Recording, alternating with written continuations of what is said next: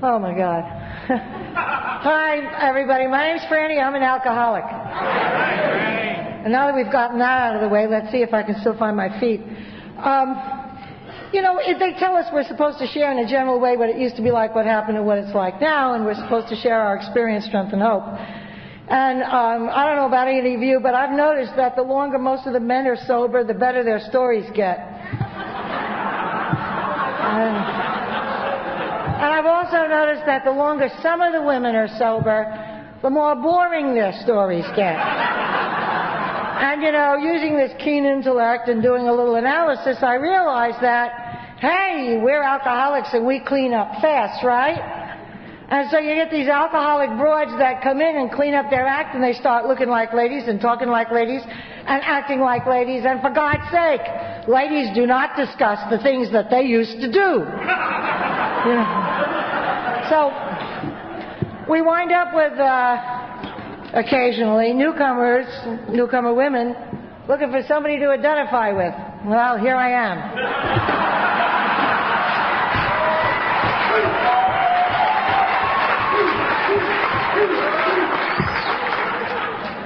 It wasn't like my mother looked at my two sisters and myself, said, that one's going to be a doctor, that one's going to be a lawyer, that one's going to be the alcoholic. It was not like that. But I remember sitting in a dining room one day with another drink in my hand, looking at the drink, looking at the empty, messy room, looking at the table, looking at the whole just nothingness about it, and crying and saying, how did I get here? How did I do this? How did this happen to me? And through the grace of God, the program of Alcoholics Anonymous, and a loving sponsor who still thinks I'm stupid, I just celebrated 26 years of sobriety, for which I am really grateful.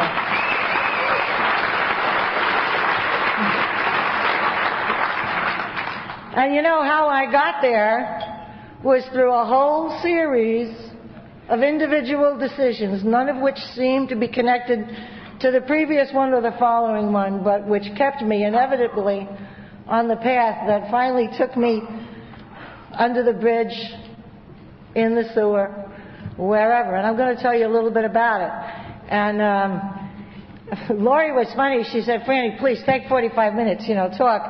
And well, I got to tell you something. I'm going to do exactly what I want to do anyway, because the guy that follows me is only a comedian, and I'm a director, and I tell him what to do. Okay. So we're not going to have a problem, As soon as this man right here starts looking glassy-eyed, I quit. So I want to give you some little pieces out of what it was like, what happened, and what it's like now. And I never know what I'm going to say. Every one of my tapes has a basic theme, but, I lived a full, gluttonous life. And I never know which experiences I'm going to draw on when I speak, so I'm going to have as much fun as you are listening. Anyway, one of the first things I remember, this is a piece about my family. I come from one of those Catholic Irish families in New York, okay? And we all, I never heard the word alcoholic. I never heard the word drunk, but everybody in the family was one. My father and mother were both alcoholic, but nobody ever knew my mother was alcoholic until after my father died, for the simple physical fact that you can't see the moon when the sun's out.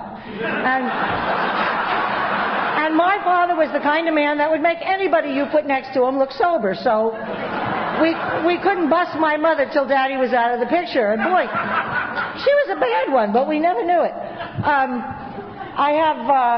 My grandparents are alcoholic, brilliant alcoholics, dedicated, heroic alcoholics. My father was a gangster. My mother taught at Columbia University, and I always felt I had the best of both worlds. My grandmother was as wide as she was tall, and she was constantly drunk, and she was just one of these charming Irish ladies from Galway. And anyway, what happened, we had the Christmas tree in the corner of the living room one time, and my grandmother was, with a couple of drinks, of course, dancing around it. I don't know what she was doing. Anyway, she fell into it and rolled behind it, and we couldn't get her out. And like I said, she was as wide as she was tall. She was 5'2", and she was about 5'2". And we just couldn't pull her out of there. Now, you see, the reason we couldn't pull her out is another story. The day before, my father was doing that intelligence test that every American man does right around Christmas time. They give you this device that is an exercise in digital, and then you got to do this, and you got to have another drink, and then you're looking at, and you just can't get the damn tree straight. It's called a tree holder. And my father is fighting that thing, and my mother, being a real black belt alcoholic at the time, is standing safely out of his reach. She's drunk too, and she's saying things to him like, "You're wrong. It's crooked. Can't do it." And he lost his patience, and so he just simply unscrewed the whole thing off the tree, threw it out the window. We lived on the second story in a brownstone apartment in New York. And then he nailed the tree to the floor.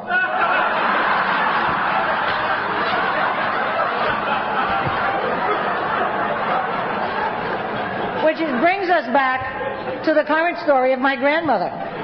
So she's behind this tree that is nailed to the floor, and we just can't get her out. So we finally rolled her out right over the tree.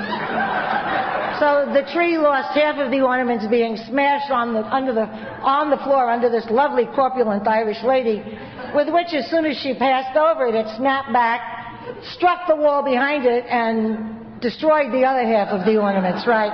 The tree is standing there like that and finally stabilized. And this is an example of my mother. She said, "Oh, isn't this wonderful? We can decorate the tree twice this year." And that was the first time I had a moment of clarity. I sensed that none of us were too tightly wrapped.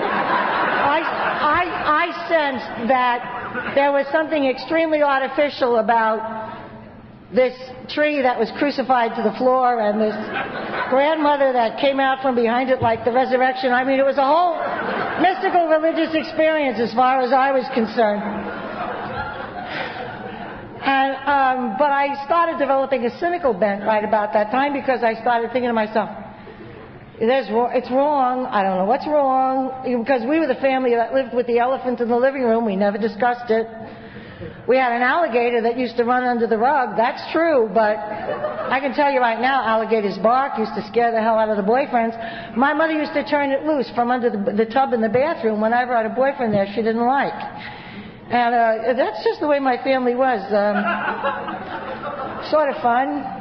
You never knew what was going to happen. I know that what I did was I wound up developing a taste for dangerous men, because my father was wonderful when he was sober, but he was an absolute animal when he was drunk. That's all.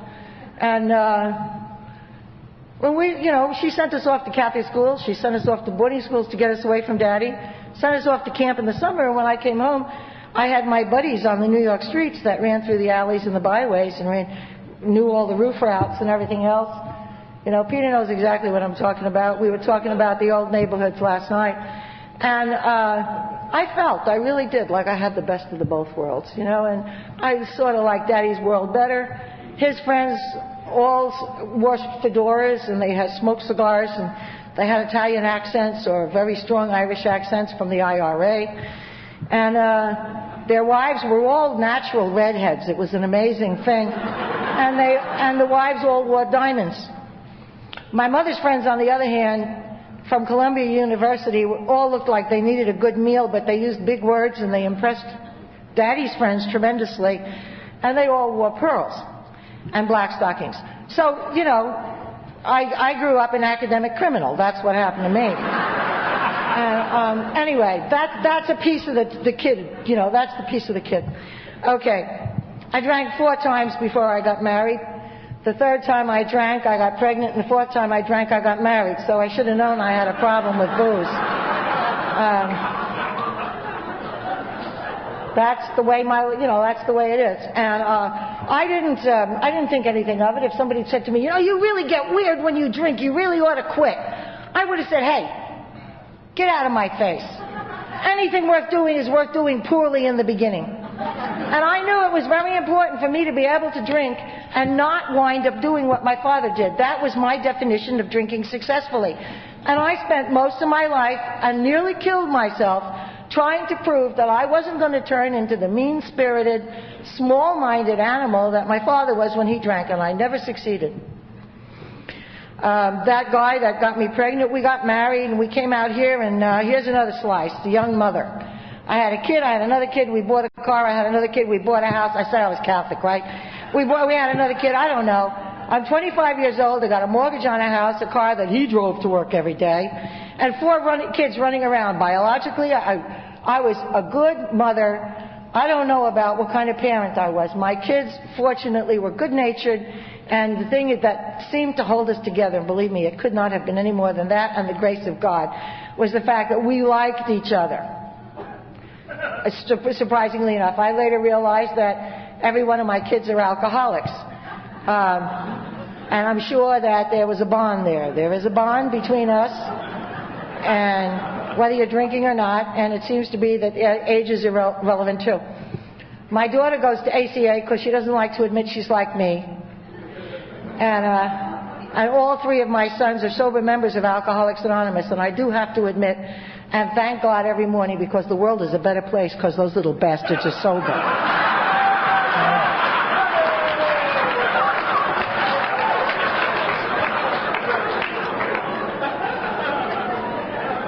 We lived in Redondo Beach, and the kids and I, when we were on welfare, this was later on, we used to go down under the pier, and we would climb on the rat walks under the pier, and we would cut all the, the egg and butter farmers used to come to the pier on Sunday and fish, and they didn't know how to fish. They'd sling it from the top, take somebody's eye out behind them, or somebody come along and say, hey, you got to do underarm casting, and they'd swing it back real hard, and it would go zing right around one of the pipes under the pier, and they'd cut it off and restring and tie again. So every once in a while, the kids and I went down and cut off all of the sinkers, all of the weights, all of the hooks. So we'd clean them up and take them and sell them back to the bait shop.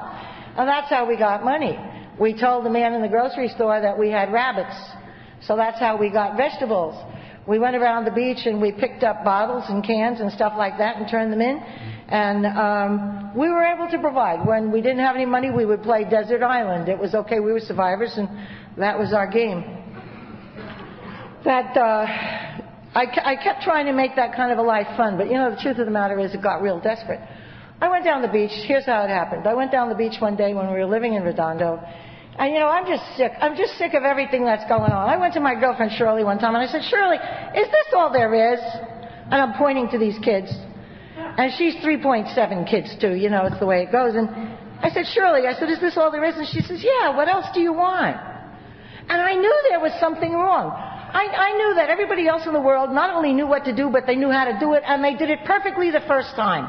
I couldn't do that. I was a totally inappropriate kind of person. But when I took a drink, everything got okay.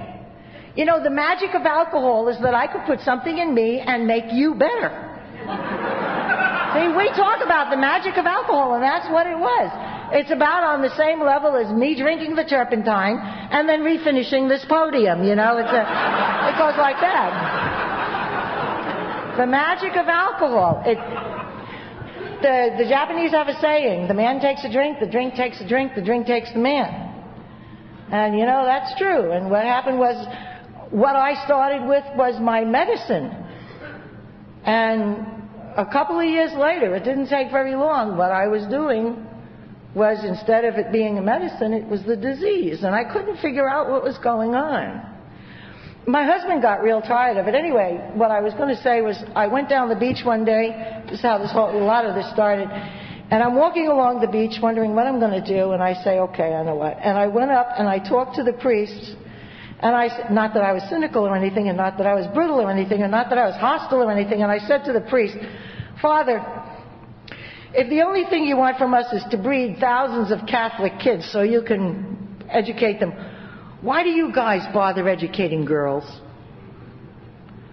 And this was in 1960. And he looked me right in the eye and he said, well, darling, so you won't raise ignorant boys.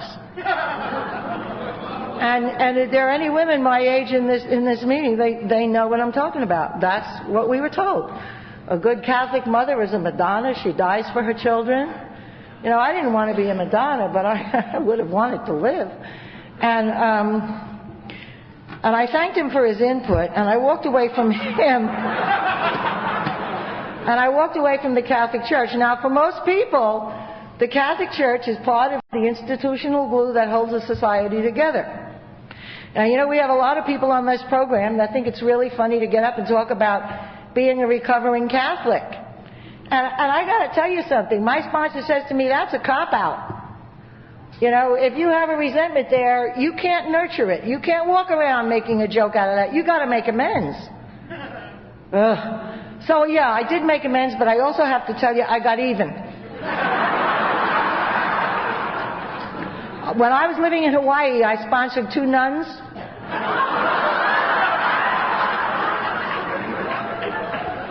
And we drove Mother Superior to Al-Anon. And there's another thing that happened. She turned into a black belt Al-Anon and she busted Father McCarthy. And that became a very sober parish, you know? You know how Mother Superiors walk around? They rule, you know? They don't say much. They look at you and you die. You know, it's a basilisk. But anyway, you know, I actually became friends with her. And it was fun. And I found out that what I had done was simply cut off my nose to spite my face. And that for most people, the Catholic Church, any church, any religion, is a source of consolation and strength, and that it provides a place for us to go in a community and to worship the God that we need to worship in whatever way we need to do. And so today what I say to you is, if you find yourself getting up every now and then and making some kind of a tongue-in-cheek comment about your religion, take another look, baby, because you got a resentment. Whether you're laughing or not, it's a resentment, and you know, we can't even hold on to that stinking one. Well, anyway, here I am. I go down the beach and I see these people that are down there, and man, they are attractive. I love people. Have you ever noticed how much we enjoy walking into a room and people are there just doing their thing and they're smiling? Well, I was down the beach and I saw this group of people that were smiling even when nobody was looking. So I didn't realize that for some people it's because they have a spiritual basis for their lives, and for other people they just finished smoking marijuana. I didn't know that. But anyway, these people were smiling, and you know, they were fascinating. The guys had bell-bottom hip huggers on, and they had these vests with no shirts, and their hair was as long as the women's, and they had these headbands on, and they're running around saying, "Peace, brother." And the girls looked like some kind of Russian peasants. You know, they had these blouses and these big full skirts, and they were barefooted, and they had this long hair, and they had seagull feathers and ice plants stuck in it, and, well, you know, that's the only flower that grows at the beach, and it's sort of stringing at best, but they were doing what they could. And I was fascinated, and I wound up hooking in with these guys, and you know, I went home and I threw away my hats and my high-heeled shoes and my stockings and my gloves and, you know, all the little accoutrements of being a lady. And I stopped shaving my legs and I stopped shaving under my arms, and I wound up down there in 6 weeks. I was down there hairy, happy, and hippie too, you know. And my husband is looking at me saying, "Hey, what's going on here?" And we had parties at the house. And he says, "You know, those people are not your friends. They're using you because you're the only one that still has somebody left to go out and make a living." And he said, "And frankly, I got to tell you, I can support the family, but I can't support the tribe." And one of the things that I had done in hooking in with these wonderful people was I had been coming out of the generation I came out of, and the kind of home I came out of, where you kept yourself straight. You did not admit to any weakness. You did not cry in public. You sat up straight. You kept your knees together. You didn't wear patent leather shoes. And you did not give any open displays of emotionalism. You know, they sneered at it. You exercised some kind of control, whether you were 4 years old or 40. And that's the Calvinist part of the Irish Catholic group, you know. So anyway, I had never expressed feelings particularly, but in hanging with these people and discussing the verities of the world, you know, I had learned to express myself a little bit. So when he was whining at me about that, I turned around to him, and in my new vocabulary, I said to him, "Hey, don't get heavy on me." And he was speechless. And I felt like I had really just a triumph, because I had finally figured out what to say to him to make him leave me alone. All my life, all I wanted you to do was leave me alone so I could do what I needed to do just to survive. See, I lived in the kind of a world inside where I was in a fort. And I was real busy running from barricade to barricade, to gate to gate. And it was like the Roadrunner, triple time. And, man, there's no room for anybody else in there. They'll get run right over. So, from the time I was maybe about when I really started drinking, which was in my 20s, pretty early in my 20s, when I got real about it, actually the day I was 21, if you must know. And I was real busy just trying to keep my fort intact so that I wouldn't not survive. And I didn't have any room for other people. I had sort of a vague affection for my kids, but there wasn't any room for anybody else. I was too busy trying to survive. And people would come up to me and they would want something, and I knew that if I tried to give it to them that I would wind up doing something terribly wrong, and they would either wind up angry at me or laughing at me or something, and I just didn't want that experience anymore. So what I wound up doing, I would see them as a porcupine, and I would think of myself as an overblown balloon. And I knew that if they leaned on me, pop, that's it. And so I tried real hard to keep people away from me. And I used every means I could. If I needed to be friendly to control you, I did. And if I needed to be an enemy to control you, I did.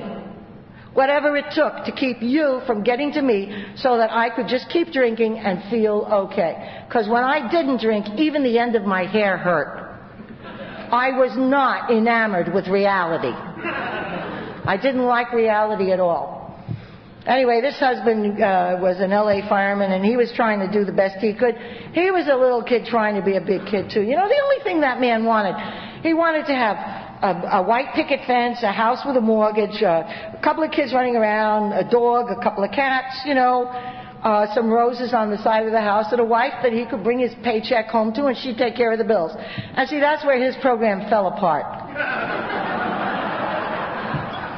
Was not my intention. So anyway, what happened was, he came to me one day and he said, look, Buddy's going to have his birthday today. I have to work a half a day. He said, you've really turned into a slob and a slut. He said, I know what you're doing with those friends of yours down at the beach. And he was right. And he said, and we'll talk about it later, but today the only thing I want you to concentrate on is I just want a party for Buddy. He's 8 years old today. I want him to have a party. I'll be home at 3 o'clock. So anyway, as soon as he left, I took the kids. We went down the beach. I went out to the pier. Tony's on the pier, and I'm sitting there talking to my friend Kenny, the bartender. And we talked about the birthday party and kids, and the general stuff that whatever you start with. And this idiot came wandering in through the door over there, and he sat down at the end of the bar, and he bought me a drink, so I immediately shifted to 151 Mai Tais. And I think I was having a beer up to that moment.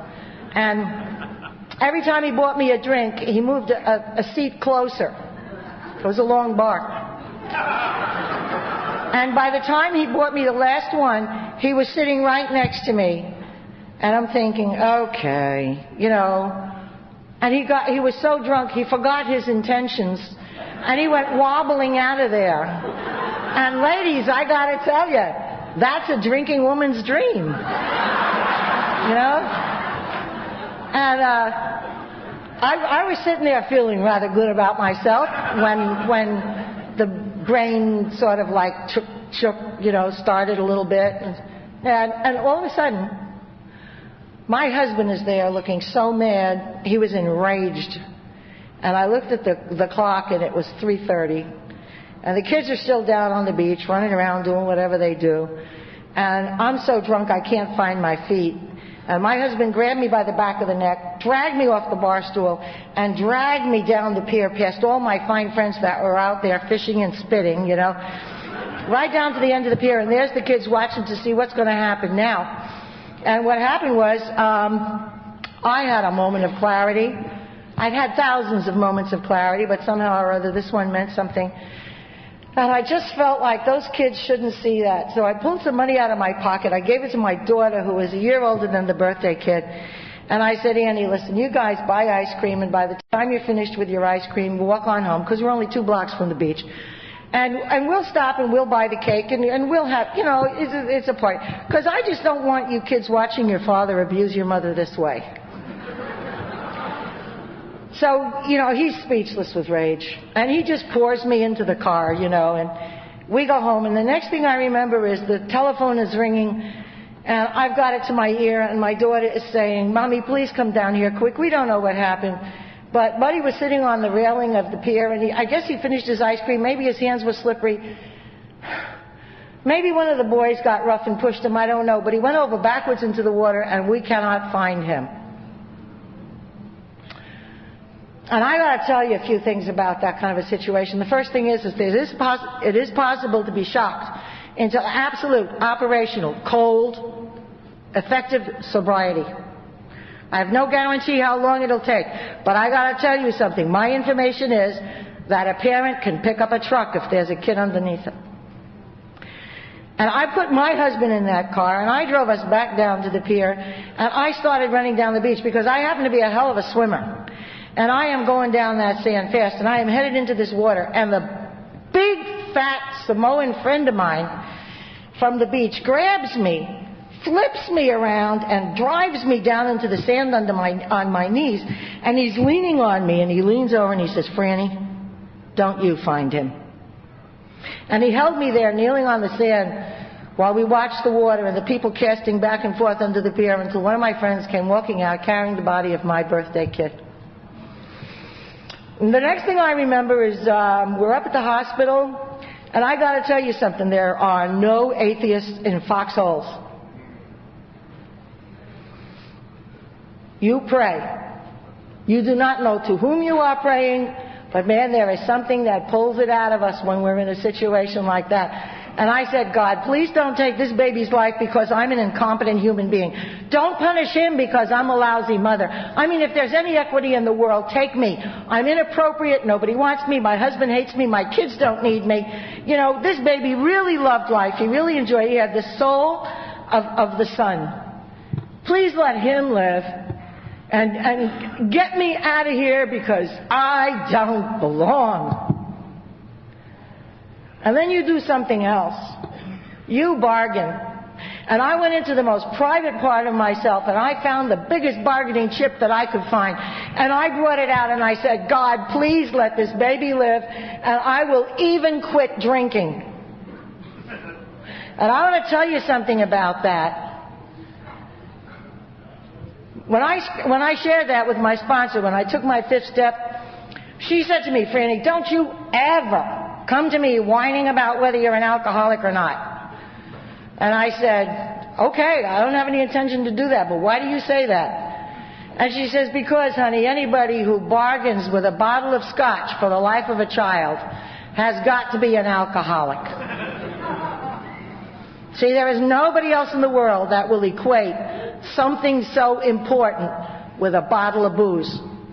And so what I suggest to you, if there's anybody here that has any doubts about whether they're an alcoholic or not, go back through your life and look at any of those situations that have been death-defying where you prayed something, and ask yourself, whether they're real or imaginary, it doesn't matter, by the way. If you've been so scared that you started some kind of an internal statement with God, please, and then you stated the condition and you told him what you would do. If you went in and found your bargaining chip and it was a bottle of booze, I suggest to you, if that was your best bargaining chip, baby, there is no doubt about what you are.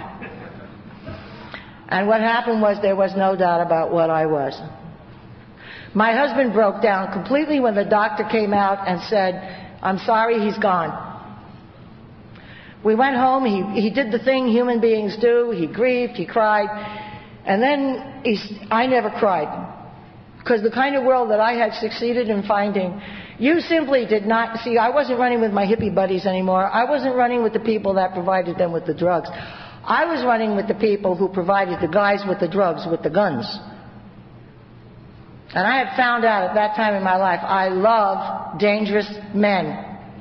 And I had my life very carefully compartmentalized So I had this very square, middle-class little family over on one side, and on the other side I had the gangsters that I was running with, and boy, they were dangerous. And we were bottom feeders. We were the kind of people who never admitted that we hurt. We never talked about needing help. We never admitted to any kind of vulnerability. It was hard.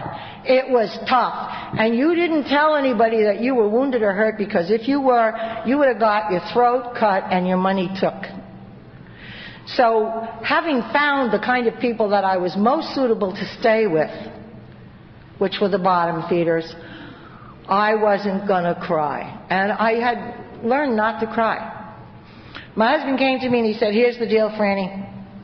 I talked to the doctors, the psychologists, the psychiatrists, the marriage counselors, everybody else I've been trying to have help you. You're a psychopathic deviant. I'm divorcing you and I'm taking the kids away from you before you murder another one of my children. And he was gone. Well, I knew that I had to do something because I wanted to hang on to my kids. I don't know why I wanted to. So what I did was I went out and I found a lawyer. I seduced him, I blackmailed him, and I forced him to provide false witness. It says we're overachievers. You know? And what happened was, now I have this little family. I've got to do something with them, right? So I went out with this keen intellect and this fabulous education I got in my pocket, and I went out and I was looking for the best job that I could to take care of my family. And in a week, I was a barmaid in a beer bar. And I was wiping the bar down one day, and I was pretty content with my job. And this guy came slithering in. And girls, you know exactly what I'm talking about. He danced the way I did. He played the way I did. He drank the way I did. He was a liar, cheat, and a thief. He stole a credit card and invited me to go to Las Vegas and get married with him. Of course, I said yes. You know, I mean, when you find a gem like that, what are you going to do? You're going to marry him, right? You got to hold on to him so nobody else will get him, for sure. Anyway, here I am now. I get pregnant and I have another kid. And you know, when that baby's 6 months old, this husband is saying, I can't take your game, I'm gone. Now, wait a minute. This is the partner I had carefully chosen for life. This was my, this was my companion. And so I remembered my mother used to call AA on my father. He always got away. But I knew this guy was pretty drunk, and he'd walked out, and I knew he was going to be back. So I called AA. I said, hey, get down here. I got a hot one for you, come on. And the guy said, I'm sorry, ma'am, we don't do those kind of 12-step calls anymore. The person who needs the help has to ask for it. And I was so bitterly disappointed. But the thing is that he stayed on the line with me because I was drunk, and a bird in the hand is worth two in the bush. And he knew that, and he had this live one right there. I mean, whining and complaining about the old man, but he could tell. So he said, listen, and we set it up so that if I came up to the newcomers meeting Friday night, that was that night at 7 o'clock, he would provide me with some subversive literature that I could leave around and possibly get my husband to an AA meeting, which was all I wanted. So I got ready to go to my first AA meeting. I put on my 79-cent Zoris that I bought in Zodi's. I put on a camel-colored corduroy pair of bell-bottom hip huggers that fit me. I found them in my backyard one day after a party. I really have no idea what the owner wore home that day, but I washed them and they fit me, so that made them mine. I had a man's shirt that I had stolen from Goodwill because I couldn't afford to buy it, and it was a button missing right here, and I carefully pinned it from the inside, for the sake of propriety. I had a sweater that I'd stolen from Goodwill. I had a broken nose and two black eyes from the heated political discussion the night before. And I walked into Alcoholics Anonymous wondering if you were going to live up to my expectations. And man, they saw me coming, and they went like this, put me right in the front. And this guy sat up there and talked for 30 minutes on stuff I'd never heard before or since, and everybody laughed and everybody clapped. And I got to tell you something. Here's what made me fall in love with you from the get-go. You laughed the same time I did. And you see, I was such an inappropriate human being. I had long ago learned I don't laugh unless I check and find out who's getting ready to laugh. See, I don't do anything unless I get the cue from somebody else because I don't trust what's inside me. So if you laughed, and if you cried, I could squeeze out a tear or two, you know? And it was like that. And every time he says something like really weird, I want to laugh, and I go, and I'd look around, and everybody else is going, and I realize, my God, these people are sick. Now, if you don't identify with that, I'm going to give you a test right now. Have you ever been in the movies? And there is the funniest situation you've ever seen in your life up there on that screen, and they're just going at it, and it's hysterical, and you're sitting in your chair, and you're laughing and scratching and hoo-ha and having a ball, and you suddenly realize that yours is the only voice you hear. Okay. That was not a funny question. That laughter was of identification. But that's what happened to me at that first meeting. So I stayed for that newcomers meeting, and I stayed for he said, okay, now he said, we're going to have questions and answers. I figured, well, we're going to play Stump the Drunk, right? So and I knew I had to do something to get you to know that I was the mere innocent victim of circumstances.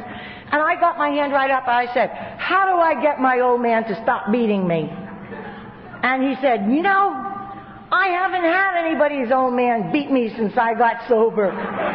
He said, but I'm going to call on Indian Jeannie. I want her to get up here, and I want her to share her experience, strength, and hope with this lady.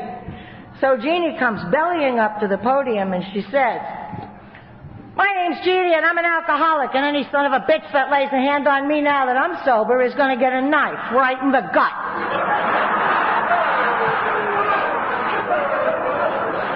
And I said, hot dog, these people have the answers.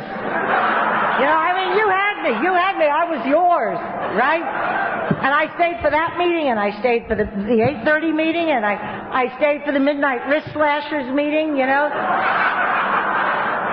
know you know that one. That's the one where everybody goes and talks about the relationships that are killing them, that their sponsors told them not to get into in the first place. So I went for that meeting, and, they finally closed the club, and our last dog down, so I go rolling out of there. Man, I'm still drunk. Who cares? I go rolling into my car, and I drive that old beater home, and, I went in my kitchen, and I found the biggest knife that I had, and I washed it and polished it and put it right there on the counter. So when he came home, I could introduce him to Alcoholics Anonymous. And I'll tell you, he came home, and I had that big old knife right under his chin, and I'm going, I'm a child of God, and lady, and you can't, and he doesn't know what's going on. And I pulled the knife back to get a little reaction from him, and he split. Well, that was fun, because that gave me the whole weekend to go to meetings. And do you know, for 6 months I stayed absolutely sober on Fear Fellowship and a high-sugar diet. And I got struck drunk again, and I couldn't figure it out. And to make a long story short, what happened was I hit my bottom after I found out about AA. I hit my bottom 3 years after I found AA. I had never been to hospitals, never been to jails when I first walked in here. And through my own decision, I could have stayed. And what happened was 6 jails, 6 hospitals, I don't know how many times. By the time I finally started thinking, maybe there's another way to do it besides my way. I identify with the dog that fought the pig that we heard about. I really identify with that dog. I will dream about that dog. Now, my husband had an Al-Anon dog. He had a dog that kept chasing his car, and finally, grabbing the wheel, trying to get the wheel. Well, one day the dog caught the wheel, and Carter heard whomp, whomp, whomp, whomp, and the dog was able to escape from the wheel. And the dog never barked at his car again. That's normal. See? I know if I were that dog, I would wind up under the wheels, because I have never let go of anything. Everything has been dragged out of my hands has claw marks all over it, So anyway, here I am, and I can't figure out what's happening, but what happens is I'm getting more and more bitter. I'm getting more and more discouraged. I'm going to meetings drunk because I don't know what else to do. And they weren't 12-stepping me anymore. They would just come and get me because I didn't have that big old car anymore. And I didn't have any kids that were around where I could tell stories about. And I didn't have that old man anymore. You know, if you ever got anybody that says, yeah, but, and brings up something that's interfering with them going to meetings, don't worry about it. Alcohol is a universal solvent. That stuff will disappear too. Through their own drinking and through their own efforts, they will provide the learning experiences that they need to get this program, if they live long enough. See, and I was half dead. Maybe 3/4, I don't know. I used to sit in the half measures room and they would tell me when to come up to the meeting. And there was this lady I hated. Her name was Dottie McCafferty. I couldn't stand her. She always looked like, well, when she spoke, you could hear a pin drop. And when I spoke, it was like somebody said, coffee break. You know? And so what I did was I was going to confront the bitch is what I was going to do. There's nothing in the big book that talks about handling your resentments that way, but that was my inclination. And I walked up to her and I said, she was a little gal. I said, Dottie. She said, yeah. I said, I need to talk to you. She had these laser blue eyes. And she said, yeah, sure, what's up? And I said, I want you to be my sponsor. I have no idea where that nonsense came from. I was going to tell her how much I hated her and what a phony I thought she was, you know, the confrontive kind of stuff, and I say that. She looked at me with these eyes and she said, I don't know, Franny, you're a loser.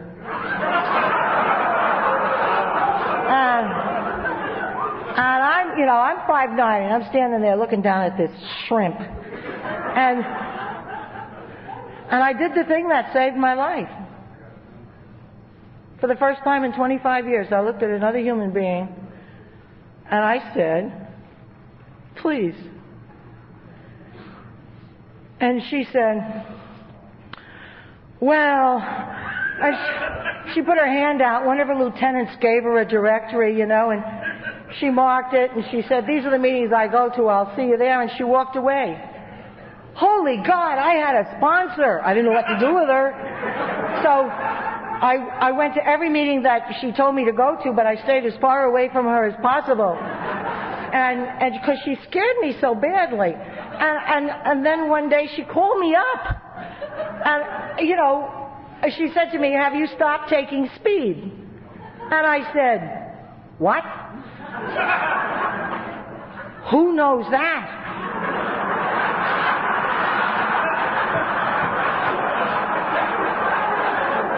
Listen, I came to this program in 1966. And that was when we had the hanging jury sitting in the back.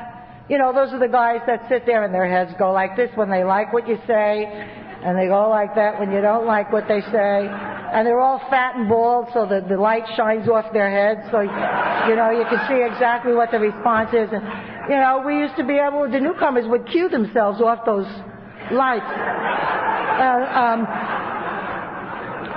And they used to say, we will not dilute the program of Alcoholics Anonymous by talking about that. Later on, people said, hey, honey, if that's your bottom, that's your bottom. But we deal with alcohol. You know, we were able to understand that. And so I never, when they said that, I said, good. And I never told anybody I used speed. And what happened was, that was what was killing me. Because when you come in here as a newcomer, the intention, when we talk about letting go of booze, we're talking about grasping reality. And you can't grasp reality when you're chemically modified. Particularly by your own self-prescription. Because you're living a lie. And you see, there's a thing that says, we're as sick as our secrets. And baby, I was sick. I wasn't going to let you come near me. I wasn't going to let you know I was the woman that killed my kid. I wasn't going to let you know that I needed speed to survive. I wasn't going to let you know the biggest threat I could have ever heard in my life was when that idiot walked up to me and said, guess what? You'll never have to drink again as long as you live. God help me, it was the only thing I had left and you're taking that away? Can't I just learn how to moderate? I mean, I didn't want to give anything up. I just want to learn how to handle it. Anyway, what happened was, she said, you know, she said, have you stopped taking speed? And I said, yes. And, you know, I was just crawling out of bed when the phone rang. And she said, when did you quit? I said, this morning. And she said, I want you to come over to my house. I want you to start hanging around over at my house. You got to learn how to live sober because you don't know how. And I went over to her house every day, and you know what I found out?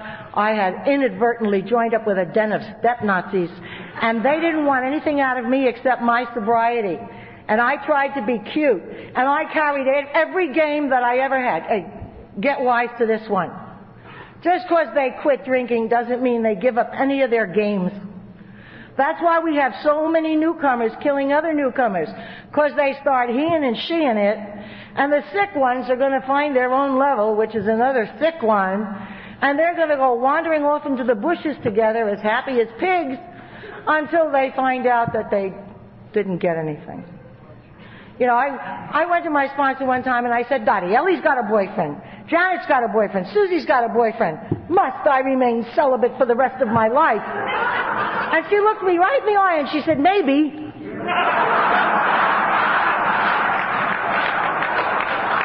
But then she said, but Franny, consider this.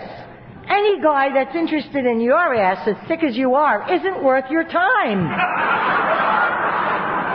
And you know, I saw the absolute logic and truth of that. I said, okay. She said, the reason God's got you alone is so you can work the steps and save your life. And I had accidentally hooked in with a group that respected me enough, didn't use me as some kind of chattel, didn't consider the AA meetings a meat market. There were no cripple shooters in that group, and they gave me enough love and support without letting me think I still had something that somebody might want until I was able to walk on my own. That's AA. See? And what happened was I started working the steps, and I took a shower every day, remarkable, you know. I wrote notes for my kids when they needed them for school. And what happened was one day this little Indian broad walked up to me. I had just finished working the fourth step, and I was getting ready to do my fifth step, and she said to me at a meeting, she said, Franny, I want you to be my sponsor. Everybody says you would be a good sponsor for me. I knew she was crazy, and I knew that they were ruining my reputation sending her to me. But I said, Becky, you stay right there. And I ran over to my sponsor and I said, Dottie, Becky wants me to be her sponsor. What should I do? She said, Franny, you stay one step ahead of her. She'll never know the difference. And I did. And you know, what I found out was if you're not sponsoring somebody, you got a half a life. Because we can't hold on to anything unless we're giving it away. That's one of that we're constitutionally incapable of saying, this is mine, the hell with you. We may say it, but what happens, it will turn to dust. The only way we can keep something is by handing it off to somebody else. I found out that the hose is not the source of the water, as much as the hose may be ego involved in providing the water. I found out that I was a garden variety drunk, just like a hose is a garden variety hose. You turn that spigot, and God provides the stuff that comes through that you can pass on to somebody else. See, I'm not supposed to be alive. And what happened was, I came down here to San Diego when I had 2 years of sobriety. Now, I'm busting myself saying this, because those people thought I had years of sobriety, only compared to them. Because if we ever gave anybody any number ratings, they were all on the minus side of 0. And they know who I'm talking about. And these kids used to come over to my house, and we were talking about the kind of meeting I came out of. It was a home group, blah, blah, blah. And they said, well, why can't we start one? I said, man, I'm working. I haven't got the time. So they started it and agreed that it would be at my house. Now, what was I going to do? You know, so I started attending that meeting, which was really theirs. And we called it the MFSG. You know, now, for public consumption, we told people that it was the Millard Fillmore Spiritual Group. He was the most anonymous president. However, if you think of other appellations that are MF, you are correct, and it was the Spiritual Group. And we had a logo. It was a little devil with horns for the MF and a little angel with a halo for the SG. You know, and what happened was we finally got legitimate enough that we had to change the name so we could get into the directory. And you know, we had all the crazies, we had all the misfits, we had all the people that were so screwy, they'd gotten thrown out of other meetings, and we said, yeah, come on in, you know. We didn't have the sense to be choosy about who we associated with. And you know, the whole bunch of us stayed sober together. And you know what? A whole bunch of those people are here tonight. And this is like 24 years ago. Give me a break. I thank God that I never made the decision to start that meeting. I love it that they're giving me all the credit, but I swear to God, I had nothing to do with it. Yeah, I was just there. I bought the coffee, I guess. And what I'm saying is that we held each other up. You know, you can take somebody that's falling over, and you can take somebody that's falling over, and you put them together, and you know what? They can walk straight down the road. And that's what we did with each other. And you know, they're introducing me to their babies today. And one guy came up to me tonight. I'm going to cry. He came up to me tonight, and he says, you know, Franny, he said, I loved you before I knew you. And I said, you know, how come? He said, because my best friend who died a couple of years ago got sober in your living room. And he said, I never knew you, but I knew that the people that had worked with him had done a good job. And then he smiled and he patted me on the shoulder. This just happened before the banquet, and he said, and I got to tell you something. He says, you never know how far your work is going to reach. And I went, wow. You know, and my husband's my best friend. And I found out I love dangerous men. Doesn't he look like bread and butter?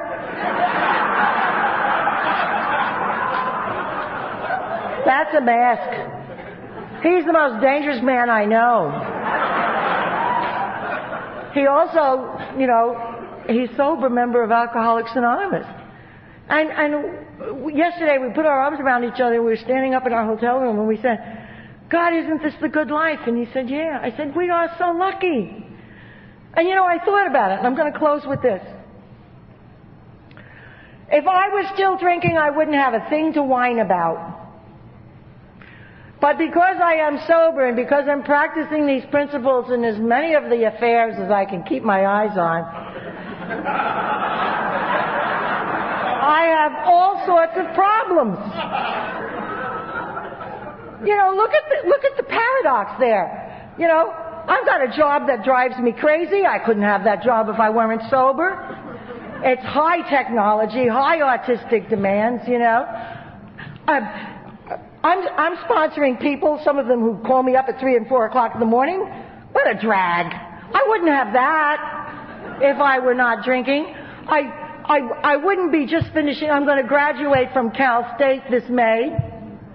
You know, I'm going to not only wear the gold cord. Maybe I won't. I don't know. It's up to them. I don't care.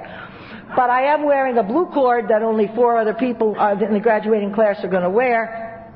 And I belong to the Psychological National Honor Society, the Sociological National Honor Society. I was named Outstanding Citizen, Outstanding Student for the Theater Department.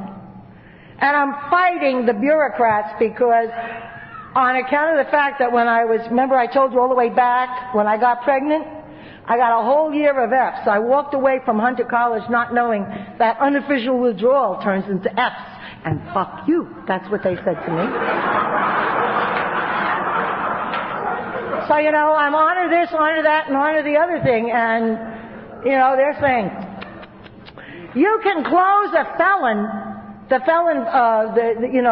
folder, but you can't escape a juvenile academic record. The way I feel about it is it's okay, because the truth of the matter is my ego doesn't need that. What my ego needs to know is that some of the people that I love in this world, including my kids and my grandkids, are going to be at the graduation, and that I'm not there to collect any kind of gold cords or any of the rest of that. What I'm there for is to celebrate my accomplishment and to share it with them. And when we get together at these banquets, what we're doing is we're celebrating an accomplishment. And what I wish you, if I wish you anything, I hope every one of you is here next year with a newcomer hanging on you who is as sick as you were. And I'll see you smiling. Thank you.